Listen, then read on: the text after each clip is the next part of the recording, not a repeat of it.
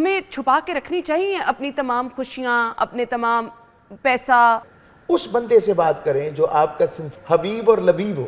یہ اس کی مثال حضرت یوسف علیہ السلام کے خواب کی سی ہے. تو کہ لا تقصص رؤیاک، اس خواب کا تذکرہ نہیں کرنا. آپ کو کسی بھی سٹیج پہ جگہ ملتی ہے تکبر کا شکار نہیں ہونا. علامہ صاحب، نظر بد کے لیے اب آ جاتے ہیں اس طرف. ہم اکثر دیکھتے ہیں ہمیں چھپا کے رکھنی چاہیے اپنی تمام خوشیاں، اپنے تمام پیسہ، اپنی تمام وہ سکون زندگی کا. میاں بیوی بہت خوش ہیں تو اس چیز کو آپ کو بالکل راز میں رکھنا چاہیے، نہیں دنیا کو دکھانا چاہیے. اس میں حقیقت ہے؟ جی، اس حوالے سے بھی اسی طرح ہے کہ آپ کسی حد تک اپنی خوشیاں، اپنے راز، اپنے کاروبار، اپنے منصوبہ جات کو ذرا اس وقت تک چھپا کے رکھیں جب تک اس کی کوئی تکمیلی صورت نہ ہو جائے.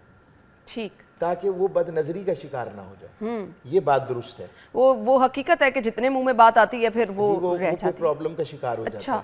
منع کیا گیا ہے. یہ اس کی مثال حضرت یوسف علیہ السلام کے خواب کی سی ہے. بیان یوسف فرما علیہ دیں. السلام نے خواب جو دیکھا تھا ابو جی کو بیان کیا تو کہ لا تقصص رؤیاک، اس خواب کا تذکرہ نہیں کرنا. حالانکہ آپ نے تذکرہ نہیں کیا تھا مگر بھائیوں تک اس خواب کی حقیقت کسی طرح پہنچ گئی. اور دیکھیں نا کتنی بڑی آزمائشیں آئیں. اور کوئی شک نہیں کہ یوسف علیہ السلام کی عظمت پھر نظر آئی. بے شک. اسی طرح یہ بات نظر آتی ہے کہ اس نسبت کے ساتھ دوسری بات یہ ہے کہ ہر ایک کو اپنی یہ منصوبہ بندی، اپنی خواہش ظاہر نہیں کرتے. اس بندے سے بات کریں جو آپ کا سنسیئر ہو، آپ کا مخلص ہو. اور اس کے لیے ایک ٹرمنالوجی استعمال ہوتی ہے حبیب اور لبیب ہو، جس سے جو آپ کو دیکھ کر کسی بھی صورت میں حسد کا شکار نہیں ہو سکتا، آپ سے جیلس اور میلیگننس کا شکار نہیں ہوتا. ایسے شخص کے ساتھ اپنے تعلق کو اسے بتائیں جس سے آپ کو پتہ ہے خیر ہی ملنی ہے، مجھے اچھا مشورہ ملے گا، اچھی بات ملے گی، وہ خوش ہوں گے، راضی ہوں گے. ایسی شخصیت کو بات بتانی چاہیے، یا ایسے بندے سے منصوبے کو ڈسکس کرنا چاہیے.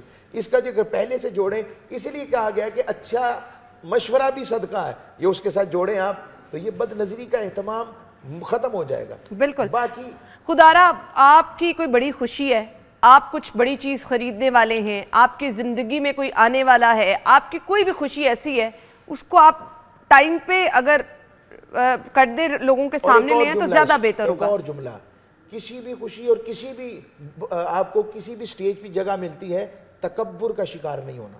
بے شک. میں اس کی مثال آپ کو دیتا ہوں کہ تاجدار کائنات صلی اللہ علیہ وسلم جب معراج کے موقع پر اتنی بڑی خوشی اللہ نے اپنے محبوب علیہ السلام کو اپنے دیدار کی صورت میں عطا فرمائی تو آقا صلی اللہ علیہ وسلم سے پوچھا ہے میرے حبیب آپ کیا لائے ہیں؟ آپ نے فرمایا مولا التحیات للہ والصلوات والطیبات. مولا میں تو عاجزی لایا ہوں، میں تو انکساری لایا ہوں، میں تو اس کے تحفے لے کر آیا ہوں. پتہ لگا کہ انسان اور مومن کی معراج یہ ہے اسے جتنا بڑا تحفہ، جتنی بڑی خوشخبری اور کامیابی ملتی ہے اتنا ہی وہ عاجز ہوتا ہے. کسی صورت میں متکبر نہ ہو کہ میرے خطاب نے، میرے پروگرام نے، میری چیزوں نے، میرے مال نے، میرے علم نے مجھے کہاں پہنچا دیا، بلکہ اس کو اپنے مالک کی طرف پلٹائے اور اتنا عاجز ہو کہ اللہ تیرا شکر ہے، تیری بارگاہ سے یہ خیر ملی ہے. یہ اصل میں اس وجہ سے جب کریں گے تو انسان پھر کسی بھی صورت میں بد نظری کا شکار ہونے سے محفوظ رہے گا. سبحان اللہ، بہت بڑی بات آپ نے کہہ دی. اگر اللہ پاک آپ کو خوشیاں دے رہا ہے، اگر اللہ پاک آپ کو دولت دے رہا ہے، اگر اللہ پاک نے آپ کو حسن دیا ہے، اگر اللہ پاک نے آپ کو وہ تمام چیزیں دی ہیں زندگی میں جس کی آپ خواہش کرتے ہیں، تو شکر کریں اس مالک کا. سجدے میں جائیں، جتنا شکر ادا کر سکتے ہیں کریں. ان لوگوں کو دیکھیں جو آپ سے نیچے ہیں، آپ اللہ کا شکر ادا کرتے ہاتھ نہیں آئیں گے. یہ وہ تمام چیزیں ہیں جو کہ آپ کی نعمتوں میں اضافہ کریں گی. اور جہاں کہیں غرور اور تکبر کیا تو اللہ کو پسند نہیں.